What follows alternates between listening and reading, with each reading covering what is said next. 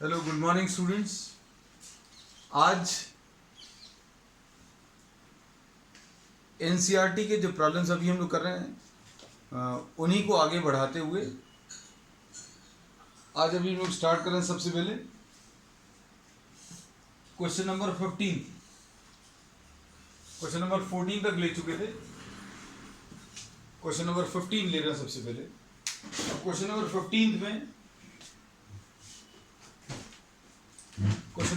में क्वेश्चन पढ़ दे रहे हैं। पहले बुक को बेटा सामने रखना जब भी आप इन प्रॉब्लम्स को करें, है ना। अभी हम बार बार ये बोलते हैं, a spherical conducting shell of inner radius r1 and outer radius r2 has a charge q।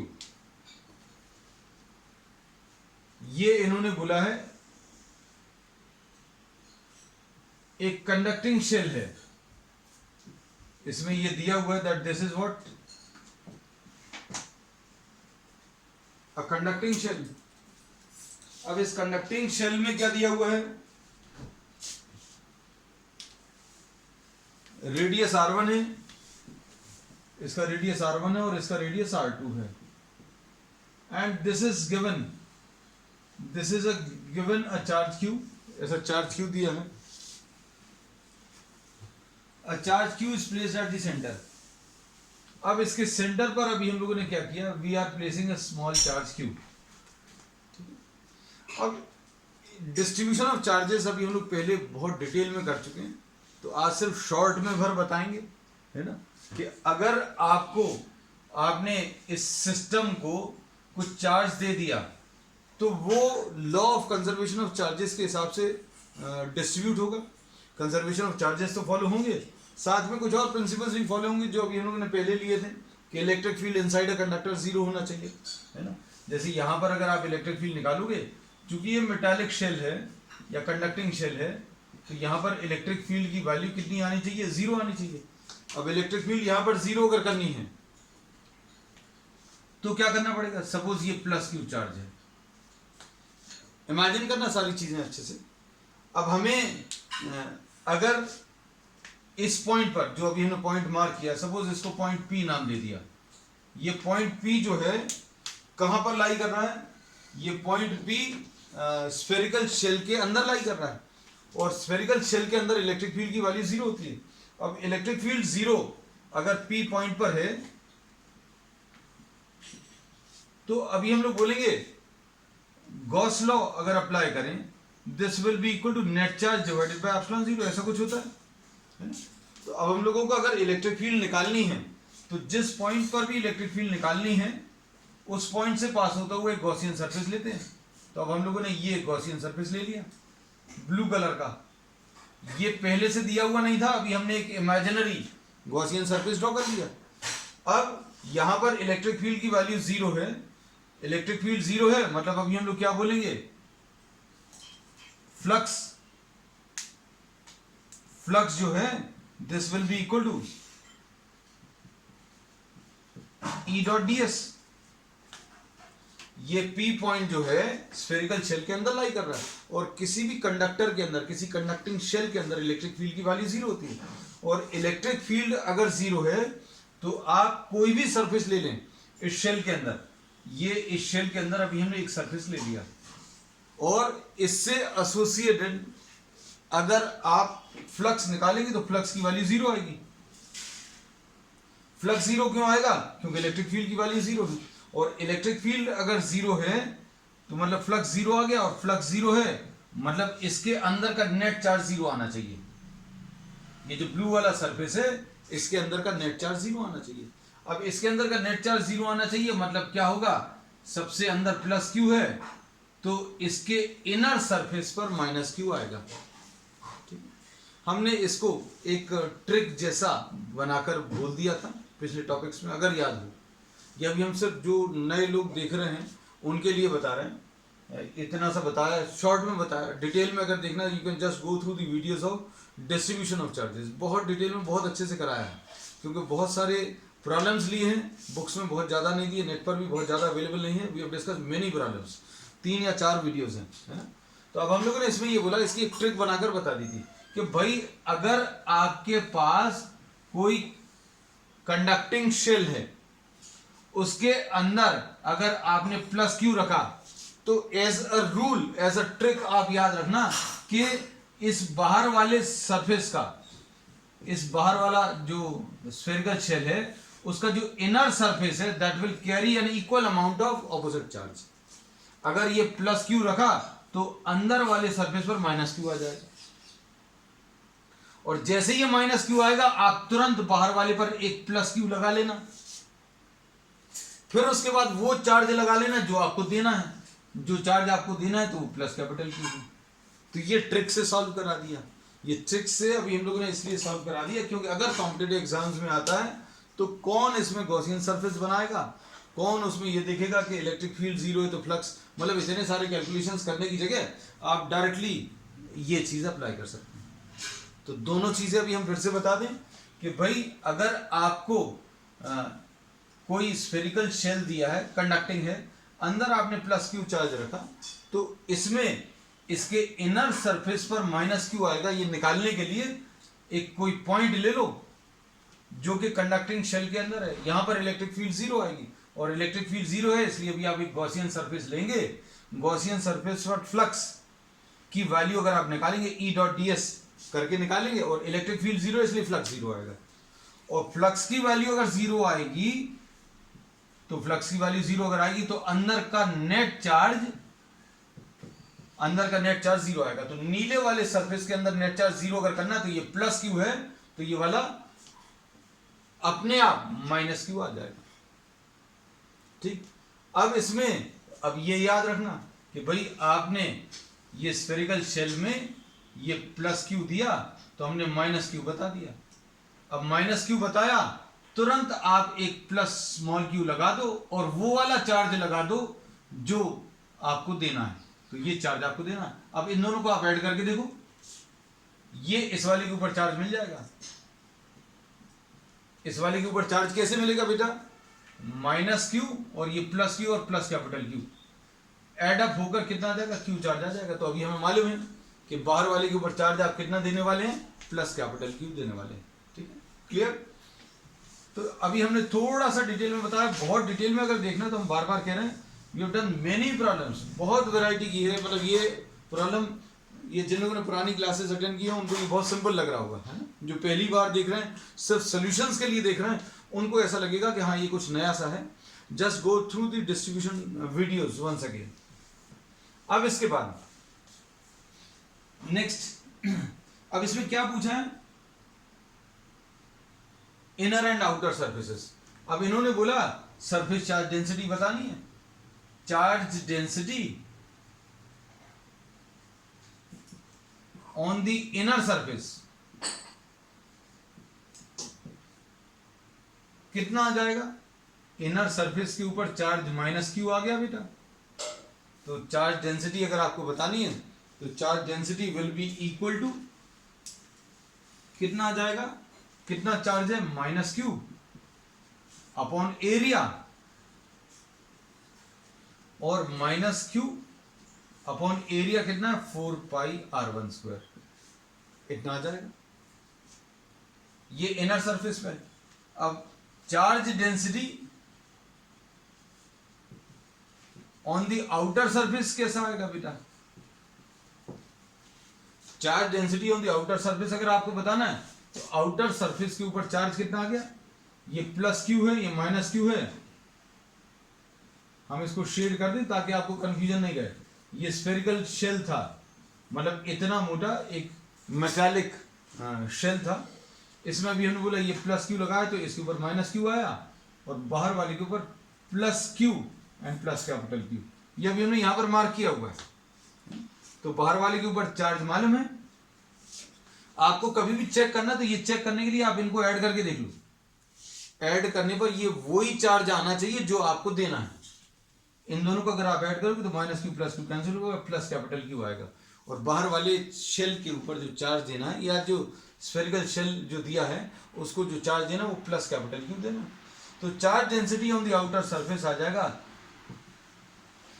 Charge divided by area, और एरिया 4 पाई r2 स्क्वायर। ठीक है, तो इस चार्ज डेंसिटी आ गई। ठीक है, चलो अब next question.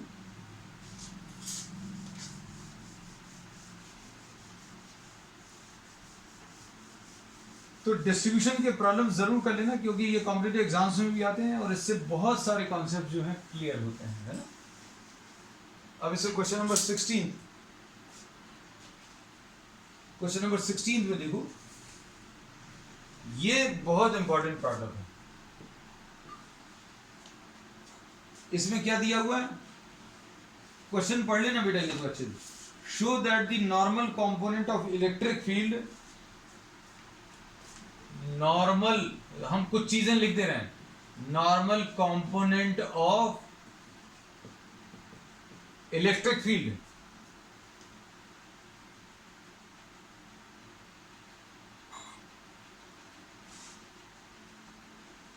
normal component of electric field has a discontinuity, has a discontinuity,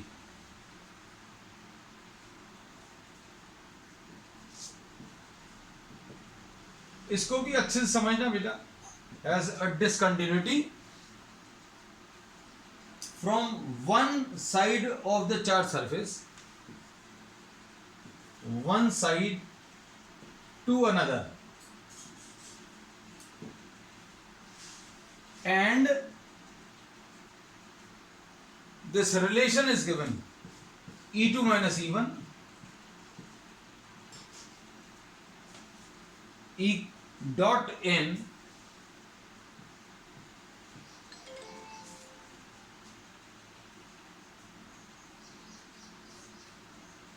dot N is equal to sigma upon epsilon 0, ऐसा कुछ दिया हुआ है। और n इज अ यूनिट वेक्टर, n जो है यूनिट वेक्टर है, कहां से कहां की तरफ है ये भी दिया हुआ है।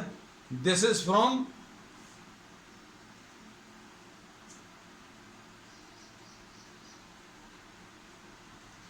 Side 1 to side 2।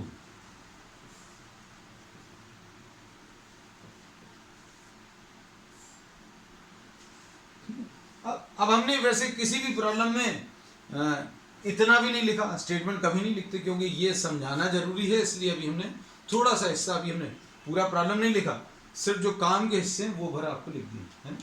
तो इसमें क्वेश्चन में सबसे पहली चीज तो ये समझिए, डिसकंटिन्यूटी। डिसकंटिन्यूटी एक मैथमेटिकल टर्म है, लेकिन बायो स्टूडेंट्स नहीं है। तो कंटिन्यूटी अभी हम लोग बोलते हैं क्या, जो कोई भी फिजिकल या मैथमेटिकल क्वांटिटी जो है कंटिन्यूअस कब कहलाएगी, जब वो एग्जिस्ट कर रही है सभी जगह पर। जैसे मान लीजिए अगर आप किसी फंक्शन का ग्राफ ड्रॉ करें और ये x की इस वैल्यू से लेकर इस वैल्यू तक, तो अभी हम लोग बोलेंगे हर जगह पर इसकी वैल्यू एग्जिस्ट कर रही है, x की इस वैल्यू पर फंक्शन है, x की इस वैल्यू पर भी फंक्शन है, ये कंटिन्यूअस है ना। तो ये सिंपल कंटिन्यूटी तो बात समझ में आती है। डिसकंटिन्यूटी, ये देखो इसको देखकर समझ में आ जाएगा, इसमें ऐसा समझ में आ रहा है कुछ ब्रेक है, कुछ डिसकंटिन्यूटी है ना।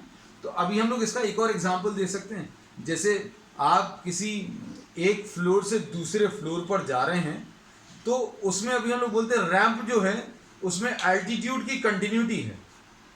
एल्टीट्यूड की कंटिन्यूटी है मतलब एल्टीट्यूड जो है कंटिन्यूसली इंक्रीज हो रहा है। और बाद मान लीजिए बीच में दो सीढ़ियां अलग अलग कर दी, है ना।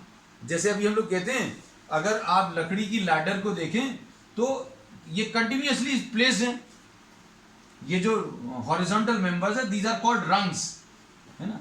अगर इनमें से मान लीजिए कोई दो लकड़ी गायब है या एक लकड़ी गायब है तो एक डिसकंटिन्यूटी आ गई, है ना। तो सिंपल सी बात ये समझ में आनी चाहिए।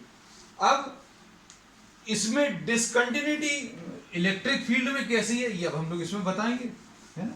तो इलेक्ट्रिक फील्ड जो है एक वेक्टर क्वांटिटी है और इस वेक्टर में मैग्नीट्यूड भी होगा और डायरेक्शन भी होगा।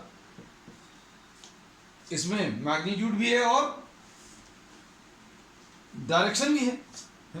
तो अब हम लोग इसको समझाने के लिए suppose we are taking a surface, कोई ऐसा कुछ सरफेस ले लिया, ये एक हॉरिजॉन्टल सरफेस ले सकते हैं या कोई कर्व सरफेस ले सकते हैं, कैसा भी सरफेस ले लीजिए, क्योंकि इसमें इन्होंने सरफेस के बारे में कुछ नहीं बोला, है ना। इसमें इन्होंने कहीं पर भी कुछ भी नहीं बोला सरफेस कैसा लेना है।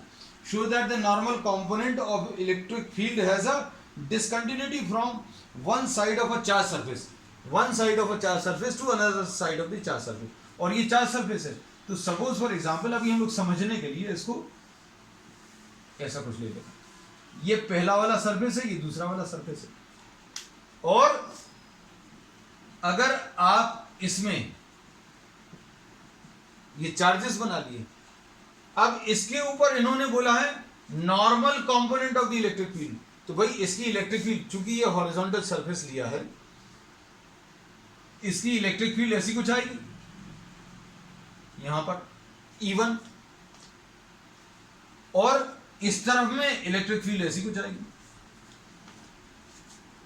तो अब आप थोड़ा सा सोचेंगे, थोड़ा सा विचार करोगे, तो ये हॉरिजॉन्टल सरफेस में यहां पर ऊपर भी इलेक्ट्रिक फील्ड डिफाइंड है, नीचे भी डिफाइंड है, लेकिन यहां पर क्या है, यहां पर इलेक्ट्रिक फील्ड ऊपर की तरफ है, यहां पर इलेक्ट्रिक फील्ड का डायरेक्शन ऊपर की तरफ है, यहां पर देखें तो ऊपर की तरफ है, यहां पर देखें तो ऊपर की तरफ है, इलेक्ट्रिक फील्ड का direction away from the positive है।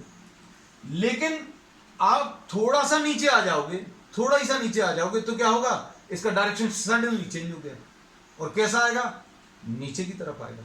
तो मतलब एक कोई फिजिकल क्वांटिटी है, कौन सी, इलेक्ट्रिक फील्ड, एक फिजिकल क्वांटिटी है इलेक्ट्रिक फील्ड जो एग्जिस्ट कर रही है हर जगह पर। अगर आपने ये हॉरिजॉन्टल सरफेस लिया तो यहां पर इलेक्ट्रिक फील्ड एग्जिस्ट कर रही है, यहां पर एग्जिस्ट कर रही है, सभी जगह पर एग्जिस्ट कर रही है, और मैग्नीट्यूड के बारे में अभी हम बात ही नहीं कर रहे हैं। तो डायरेक्शन कैसा है, direction away from the positive, मतलब सभी जगह पर ऐसा ऊपर की तरफ है। यहां पर देखो इलेक्ट्रिक फील्ड ऊपर की तरफ है, यहां पर ऊपर की तरफ है, यहां पर ऊपर की तरफ है, यहां पर आ जाओगे तो अभी भी इलेक्ट्रिक फील्ड ऊपर की तरफ है, यहां पर आ जाओगे तो अभी भी ऊपर की तरफ है। थोड़ा सा नीचे आए तो अचानक से एक चेंज आया, और वो चेंज क्या है, इलेक्ट्रिक फील्ड नीचे की तरफ आ गई, तो कुछ चेंज आया। तो यहां पर तो कंटिन्यूअस है, एक तरफ कंटिन्यूअस है, दूसरी तरफ भी अगर आप देखें तो कंटिन्यूअस है, लेकिन अगर आप एक तरफ से दूसरी तरफ चले जाएं तो मैग्नीट्यूड चेंज हुई नहीं हुई वो अभी बात की बात है, लेकिन डायरेक्शन सडनली चेंज हो गया। तो ये बात शायद समझ में आ गई होगी प्रॉब्लम को किए बिना कि डिसकंटिन्यूटी यहां पर क्या है। आप इसको सर्च करना, कहीं पर भी गूगल करना, है ना, आपको बहुत अच्छे सॉल्यूशंस नहीं मिलेंगे, क्योंकि इसमें किस चीज की जरूरत पड़ रही है, एक तो मैथ्स का कॉन्सेप्ट यूज हो रहा है और फिजिक्स भी यूज हो रही है ना। तो इसलिए अभी आप इस प्रॉब्लम को अच्छे से समझना, और कहीं पर भी अगर दिक्कत हो तो आप you are free to ask this, है ना। अब इसमें आगे आ जाओ, अब प्रॉब्लम को करना शुरू करते हैं। प्रॉब्लम में E2 माइनस E1, अब E2 माइनस E1 की वैल्यू निकालनी, तो ये E2 माइनस E1 निकाल देंगे। अब प्रॉब्लम में ज्यादा कुछ नहीं है, अभी हमने इतना सारा बोला, सिर्फ प्रॉब्लम भर समझाया है ना। तो अब हम लोग क्या करेंगे, आज कलर्ड पेन का यूज कर ले रहे, यहां पर ये E1 जो है प्रॉब्लम में दिया हुआ है, E1 एंड E2,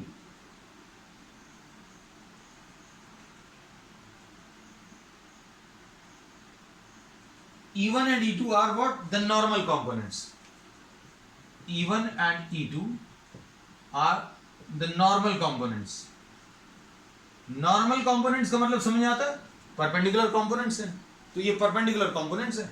अब अगर आपको इलेक्ट्रिक फील्ड के बारे में बताना है तो अब हम लोग यहां पर एक गॉसियन सरफेस ले रहे हैं, ये लो, ये गॉसियन सरफेस ले लिया, ठीक है बेटा। अब ये E2 का डायरेक्शन है, ये E1 का डायरेक्शन है। E1 और E2 का डायरेक्शन कैसे मिलता है, जैसा भी हम लोगों को पहले से मालूम है, अवे फ्रॉम दी पॉजिटिव। कैसे मिलता है, अवे फ्रॉम दी पॉजिटिव, ठीक। अब देखो ध्यान से, अब इसमें अभी हम लोग क्या करने वाले हैं, गॉस थ्योरम लगाएंगे, और गॉस थ्योरम लगाने के लिए गॉसियन सरफेस के अंदर का नेट चार्ज चाहिए पड़ता है। तो गॉसियन सरफेस, ये ब्लू कलर का सिलेंडर बना है, ब्लू कलर के सिलेंडर में चार्ज सरफेस का कितना हिस्सा आ गया वो शेड कर दिया, तो अंदर का नेट चार्ज पहले से निकाल ले रहे हैं। अंदर का नेट चार्ज कितना आ जाएगा, sigma into the area. Sigma is what, the surface charge density.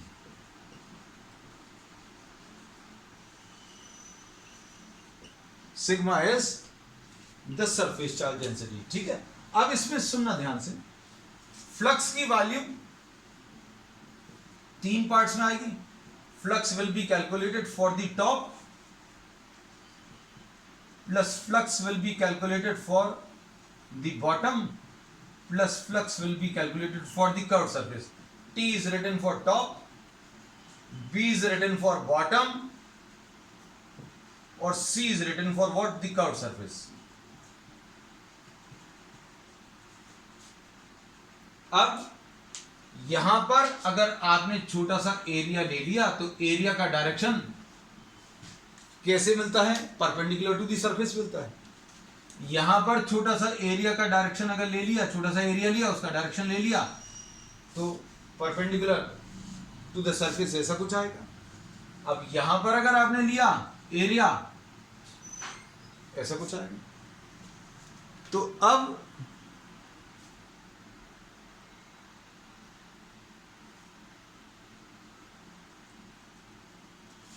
इसमें क्या कह सकते हैं? इसके लिए टॉप वाले सरफेस के लिए थीटा की वैल्यू दिख रही होगी बेटा, कितनी है? 0 है। और बॉटम के लिए भी थीटा की वैल्यू 0, क्योंकि इलेक्ट्रिक फील्ड भी ऐसा है और एरिया का डायरेक्शन है वो भी ऐसा है। इधर पर ऊपर वाले में इलेक्ट्रिक फील्ड है, ऊपर की तरफ है, और एरिया का डायरेक्शन भी ऊपर की तरफ है, तो थीटा की वैल्यू दोनों के लिए 0 आ गया।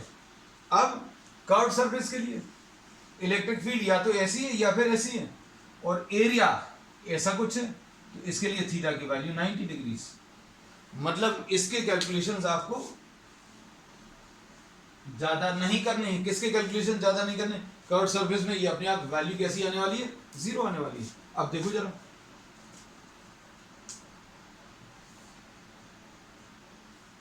ये अच्छा इसकी जरूरत पड़ेगी, चलो याद रहेगा तुम लोगों को, है ना? अपन लोग लिख तो चुके हैं, ये लिखा रहने दे रहा क्योंकि ये तुम लोग भूल जाओगे, हम भी भूल जाएंगे। n, ठीक है। अब इसमें फ्लक्स की वैल्यू बेटा कितनी आएगी? E into D S into cos 0, ये टॉप लिख दिया। E into D S into cos 0 क्या बॉटम लिख दिया, और कर्व सरफेस के लिए 0 आ गया। क्यों? इसके लिए थीटा की वैल्यू कितनी? 90 डिग्री।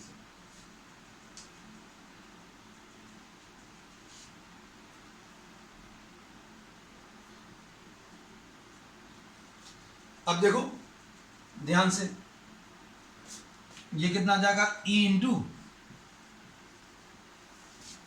इंटीग्रेशन ऑफ ds, और टॉप पर ये E1 है ना, ऐसे ही है, प्लस इसको E1 लिख दे रहे, इसको बॉटम के लिए E2,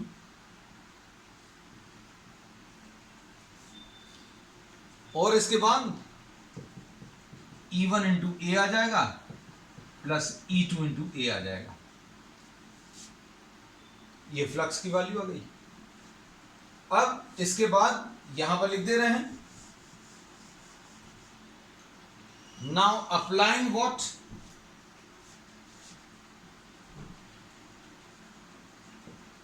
applying the Gauss theorem, तो क्या आएगा? Phi E will be equal to अंदर का net charge divided by epsilon 0। अब ये कितना आएगा? E1a प्लस E2a आया,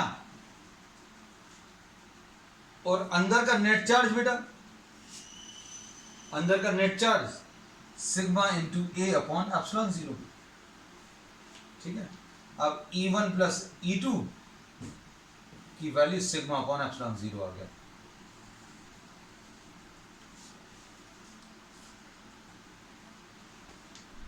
अब देखो आंसर जो लाना है वो कुछ और ही दिया हुआ है,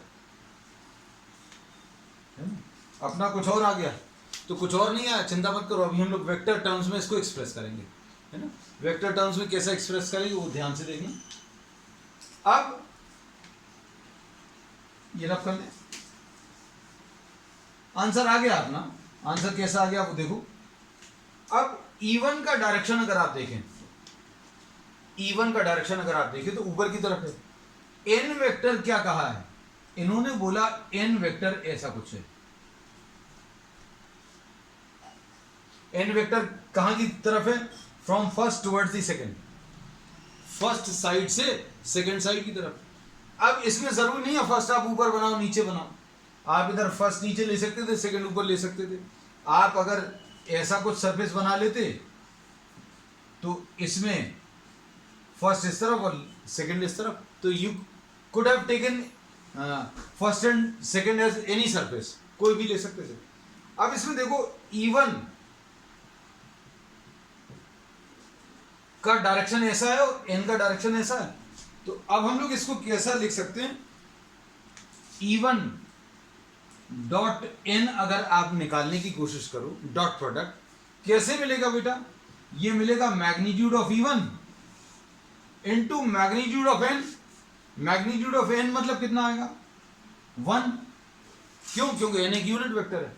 angle between E1 and n का कॉस, E1 इसमें कहां की तरफ है बेटा? E1 ये लिखा हुआ, E1 ऊपर की तरफ है, n नीचे की तरफ है, तो ये कितना आ जाएगा? cos 180। तो ये कितना आ गया बेटा? E1 dot n will be equal to minus E1। तो इससे E1 की वैल्यू हम लोग अब नए तरीके से लिखेंगे। क्या लिखेंगे बेटा? Minus E1 dot n। ये याद रखना। अब इसके बाद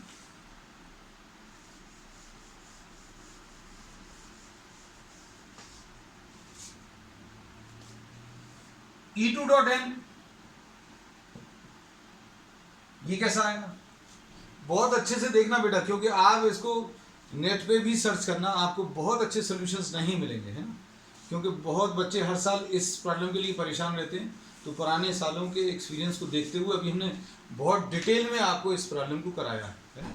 तो एक बार समय लगेगा, आप दूसरी बार जब भी करोगे मुश्किल से 5 मिनट में हो जाएगा ये क्वेश्चन। 5 मिनट से ज़्यादा का नहीं है, लेकिन इतने सारे कॉन्सेप्ट्स इसमें बताए हैं। अब E2 डॉट n अगर आप देखो तो ये कैसा आएगा? ये E2 magnitude of E2 into magnitude of n यानी 1 into cos of the angle between E2 and n। E2 भी नीचे की तरफ है और n भी नीचे की तरफ है, इनटू cos 0।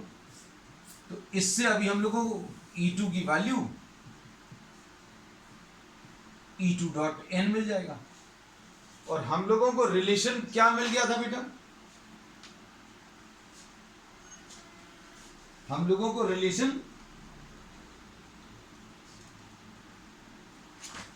रिलेशन मिल गया था क्या?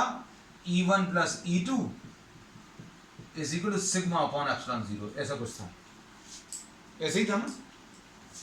अब E1 की वैल्यू रखो, E2 की वैल्यू रखो, सिंप्लीफाई कर दो। अब n का काम तो खत्म हो गया, ये रब कर दे रहे बेटा, है ना, ये भी रब कर दे रहे, ये E1 और E2 की वैल्यूज भर रख रहे हैं। जगह हमारे पास कम है, I have to reuse this page every time. E1 की वैल्यू कितनी है बेटा? ये पहले वाला जो रिजल्ट आ चुका है उसको लिखा है। E1 की value minus E1 dot unit vector n plus E2 dot unit vector n, ये लिख लिया, is equal to sigma upon epsilon 0। अब इसमें E2 माइनस E1 ऐसा कुछ आ जाएगा, dot n is equal to sigma upon epsilon 0।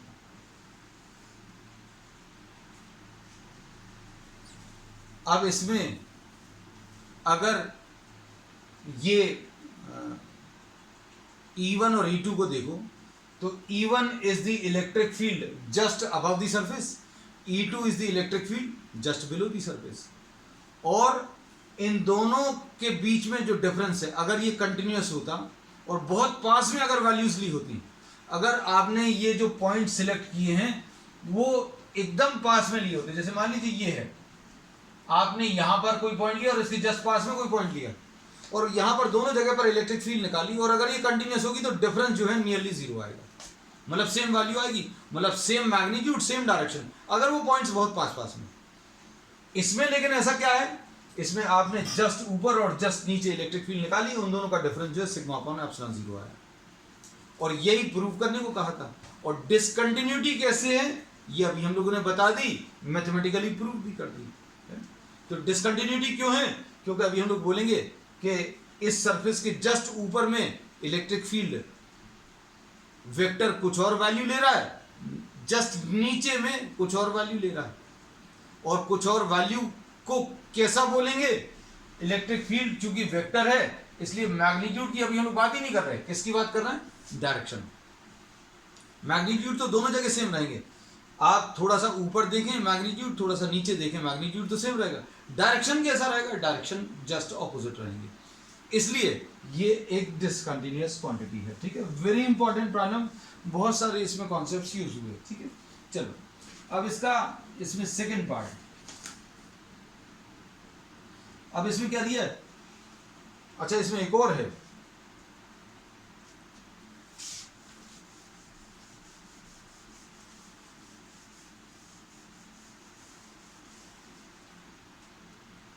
इसमें इन्होंने बोला है क्या, hence show that just outside a conductor। अब इन्होंने बोला ये जो आपने किसी भी चार्ज सरफेस के लिए लिया, अब आप कोई कंडक्टर ले लो किसी भी शेप का, आप कोई भी कंडक्टर ले लीजिए, और इस कंडक्टर में सपोज वी आर सिलेक्टिंग, इस कंडक्टर में suppose we are selecting as this as the side 1, this as the side 2, और अगर आप देखें तो इलेक्ट्रिक फील्ड सिर्फ यहां पर एग्जिस्ट करेगी, ये कंडक्टर है, दिस इज अ कंडक्टर, और इसमें E2 भर एग्जिस्ट करेगी, E1 जो है इसकी वैल्यू कितनी आ जाएगी, 0 आ जाएगी, कोई दिक्कत तो नहीं है इसमें। अब देखो अगर आपको थोड़ी सी ज्यादा मेहनत करनी हो तो भाई क्या करो, आप फिर ये भी बना लो, इसकी जरूरत नहीं है अब, क्योंकि इतनी डिटेल में अपन लोग कर चुके हैं, इसकी जरूरत नहीं है। लेकिन किसी को अगर और एक्सप्लोर करना है तो आप ऐसा कुछ बना लेना।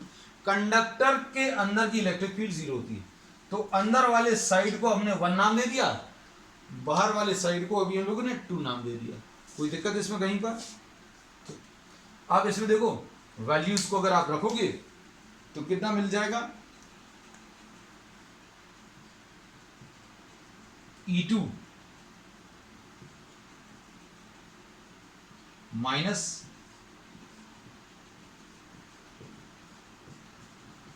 कितना आ जाएगा, सिग्मा अपॉन एप्सिलॉन 0, ऐसा कुछ आएगा, यानी कि कितना मिलेगा, E2 dot n will be equal to sigma upon epsilon 0। और अगर आप डॉट प्रोडक्ट भी ले लोगे तो कितना आ जाएगा, E2 की वैल्यू, E2 का भी डायरेक्शन और E1 का भी डायरेक्शन अगर आप सॉल्व करोगे तो ये कितना आ जाएगा, ये magnitude of E2 into magnitude of n into cos of the angle between E2 and n। E2 का ये डायरेक्शन है, n का भी यही डायरेक्शन है। n का ये क्यों है बेटा, n का डायरेक्शन फर्स्ट से सेकंड की तरफ है, n का जो डायरेक्शन है कहां से कहां की तरफ है, फर्स्ट से सेकंड की तरफ। देख लेना अभी प्रॉब्लम के फर्स्ट पार्ट में ऐसे लिखा, ऐसा मत सोचना कि अभी यहां पर तो ऐसा बनाया था, यहां पर ऐसा बना दिया, वहां पर फर्स्ट ऊपर लिया था, सेकंड नीचे लिया था, अब हमने चेंज कर दिया, ये फर्स्ट ले लिया, ये सेकंड ले लिया, तो n का ये डायरेक्शन है। तो E2 और n के बीच में एंगल कितना, 0 है, तो सिग्मा अपॉन एप्सिलॉन 0। तो E2 की वैल्यू कितनी आ गई बेटा, sigma upon epsilon. Very important concept, हर चीज इसमें बहुत इंपॉर्टेंट है, क्योंकि इसमें इतने सारे कॉन्सेप्ट अप्लाई हो रहे हैं। अब कोई डायरेक्शन पूछेगा तो डायरेक्शन प्रॉब्लम में इन्होंने दे दिया कि भैया इसका जो डायरेक्शन है n कैप, और n कैप का डायरेक्शन कैसा है, फर्स्ट से सेकंड की तरफ, फर्स्ट से सेकंड की तरफ मतलब बाहर की तरफ, तो इसका डायरेक्शन रहेगा away from the positive. n cap का डायरेक्शन फर्स्ट से सेकंड की तरफ, और E2 का भी डायरेक्शन ऐसे ही कुछ है,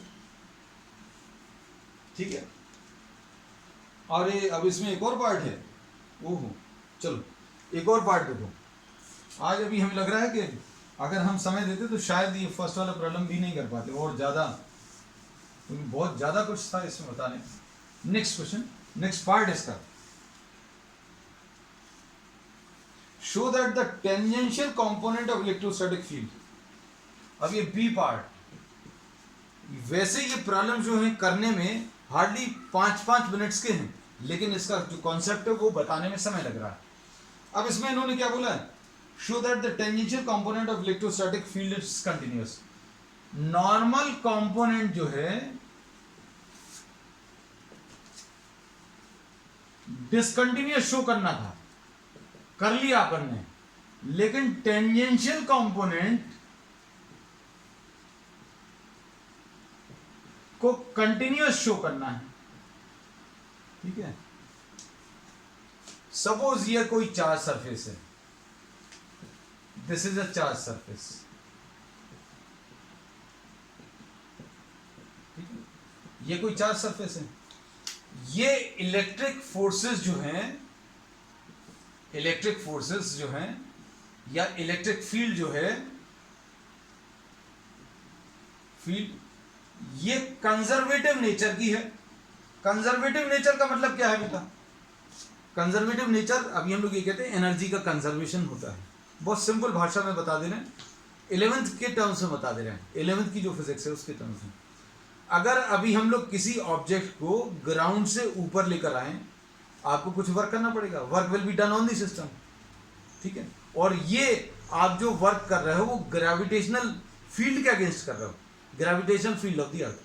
आप इसको ऊपर लेकर आए तो आपको ग्रेविटेशनल पुल जो है उसके अगेंस्ट काम करना पड़ रहा है, और जो भी आपने वर्क किया वो इसके अंदर स्टोर हो गया।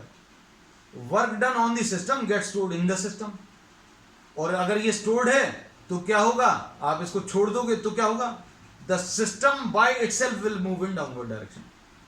ऊपर तक लाने में work is done on the system, और आप छोड़ दोगे work will be done by the system. जहां से चले थे वहीं पहुंच गए, और एक जगह आपको वर्क करना पड़ा, एक जगह सिस्टम ने वर्क किया, मतलब नेट वर्क जो है जीरो आएगा। तो कंजर्वेटिव फील्ड की खासियत क्या होती है कि work done on a close path zero है। Work done on a close path कैसा होता है, जीरो होता है। अब सुनना अच्छे से बेटा, वर्क डन अगर जीरो है तो इसको बताने का तरीका और है एक और, वर्क जो है potential difference divided by charge होता है।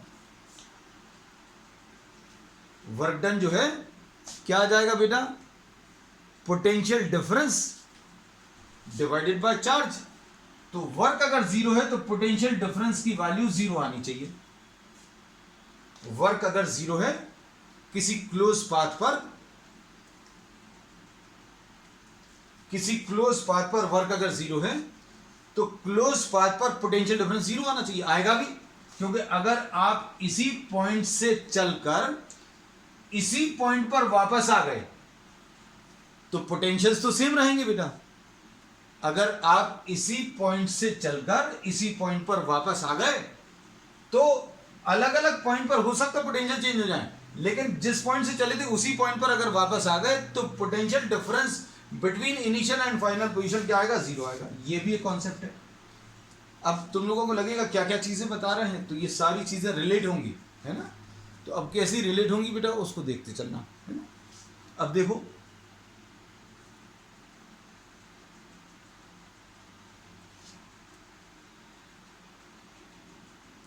now just try to understand the concept. Now suppose to prove the continuity we are taking a closed path just around the conductor. अभी हम लोग just around the conductor क्या ले रहे हैं, closed path ले रहे हैं।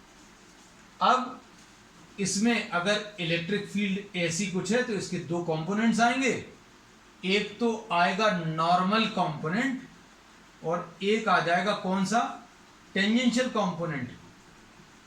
तो ना तो अभी हमें इस मेन इलेक्ट्रिक फील्ड से मतलब है, ना हमें नॉर्मल कंपोनेंट से मतलब है, हमें किससे मतलब है, हमें सिर्फ टेंजेंशियल कंपोनेंट से मतलब है। ठीक है, अब हम लोग इस क्लोज पाथ के ऊपर एक छोटा सा डीएल ले रहे हैं, तो ई डॉट डीएल निकाल लो, निकाल सकते हो बेटा। ई डॉट डीएल हमें मालूम है ये क्या देता है बेटा, पोटेंशियल डिफरेंस देता है। अगर हम ई डॉट डीएल निकालें इतने दो पॉइंट्स के बीच में, इन दोनों पॉइंट्स के बीच में अगर आपने ई डॉट डीएल निकाला, बहुत पास पास में, क्योंकि डीएल अगर आप बोल रहे हो मतलब छोटा सा डिस्टेंस, अगर आपने ई डॉट डीएल निकाला इन दो पॉइंट्स के बीच में, तो ये क्या दे देगा, पोटेंशियल डिफरेंस इन दोनों पॉइंट्स के बीच में। अब ये potential difference between these two points आ गया। सपोज इसको अभी हम पी और क्यू मार्क कर दे रहे हैं, potential difference between P and Q आ गया, और ये बहुत छोटा सा रहेगा इसलिए डीवी लिख दिया। अब क्या करेंगे, आप इस पूरे क्लोज पाथ को छोटे छोटे पार्ट्स में डिवाइड कर लेंगे, हर छोटे पार्ट के लिए ई डॉट डीएल निकालेंगे, और हर छोटे पार्ट के लिए अगर ई डॉट डीएल निकालोगे तो पूरे क्लोज पाथ के लिए आपको क्या मिल जाएगा, पोटेंशियल डिफरेंस मिल जाएगा। और ये पोटेंशियल डिफरेंस किसके लिए, क्लोज पाथ के लिए। और पोटेंशियल डिफरेंस क्लोज पाथ के लिए जहां से चले थे वहीं पहुंच गए तो कितना आ जाएगा, 0 आ जाएगा।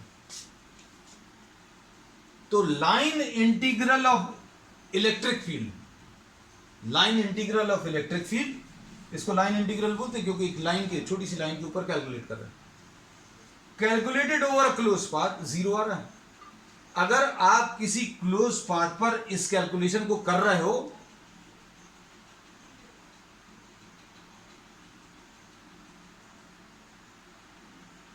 अगर इस कैलकुलेशन को आप किसी क्लोज पाथ के ऊपर अगर आप कर रहे हो और इसकी कुछ वैल्यू मिल रही है, मतलब क्या है, इसकी वैल्यू कितनी आ रही है, 0, मतलब इस पूरे क्लोज पाथ के ऊपर इलेक्ट्रिक फील्ड एग्जिस्ट करेगा, तभी तो आप कैलकुलेशन कर पाओगे।